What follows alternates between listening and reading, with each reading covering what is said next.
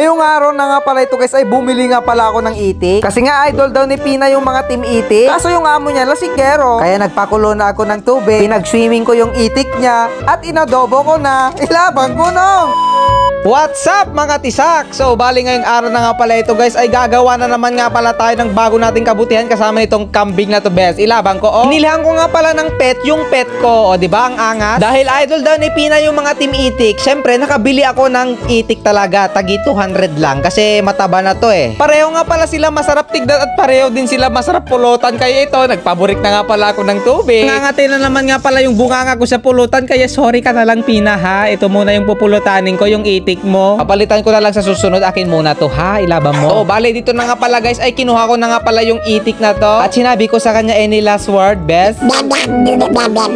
Naiintindihan ko nga pala yung sinabi niya. Sabi niya nga pala doon guys ay pasaripin mo ako. Adoboy mo ko yung kwan. Yung solid ba ako na. Kaya ito wala na nga pala siyang dutdot. Dahil nga pala wala kaming Bluetooth dito sa bahay ay ito na lang sa silid na nga pala ako nagsiram-siram ng ganyan guys no. Tatanggalin nga pala natin yung mga natitirang buhok-buhok na maliliit. Balak ko nga rin pala itong ilechon kaso wala nga palang tanglad at wala rin nga pala tayong Bluetooth saka mga uling. Kaya ito na lang gagawin nating adobo at ito yung pinakamasarap dito guys, yung kanyang itlog. Dito nga pala guys ay bumili nga pala ako ng pusit. Kasi nga guys, cute lang yung itik na binili ko. Gusto daw magmerienda muna ni Pina ng ganito chucho. Tignan nyo guys sinaniba na naman lang tao. Dito nga pala guys ay trinay ko nga palang sinubuhan kung gusto niya at inamoy-amoy niya muna at kinala niya.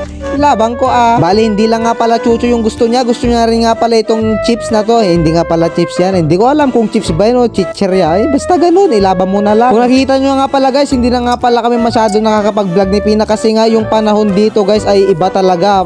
Minsan nagtutudo, ganun. Maraming rain. Hindi ko naman mailabas-labas yung kambing na yun kasi baka mamaya magsipon-sipon siya. Wala na. Sabi pa naman nila guys, pag yung mga kambing malamig yung panahon, delikado. Kaya ito na nga pala yung ginawa natin dito. Nagisa na nga pala ako dito ng ating bawang, sibuyas at saka yung mga luya ganon para naman bumango siya. Niluto ko na agad kasi nga guys hapon na, paghapon na siya na ako na ngaron. Itong pusit muna yung inuna kong niluto kasi nga ito yung madaling maluto kaya inuna ko, 'di ba, para madali. O 'di ba, ang gulo muna naman para kang ormot. Kulot. Pagkatapos ko na nga pala ang niluto yung pusit, ito na yung itik ko na nga pala yung lulutuin natin dito guys. Konti nga lang pala yung itik na to, isa lang kasi kaya kung nakita nyo konti-konti lang talaga. Pero this is my cravings for today's video. Ilabang ko. Sorry Pina ha, ilabang mo tabla. Sa susunod ikaw na yung cravings ko talaga, promises. At dito nga pala guys ay binisita ko na si Pina at okay lang naman sa kanya, hindi naman masakit yung pakiramdam niya sa itik niya na ginawa nating adobo. Pinakain ko nga pala siya ng pusit pero ayaw niya. After 30 minutes nga pala guys ay bubuksan na nga pala natin yung ating pressure cooker ring at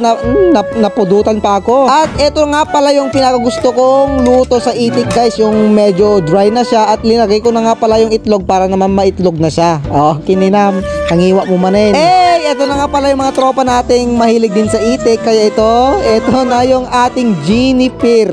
Okay, I love it best. Ilaban nyo.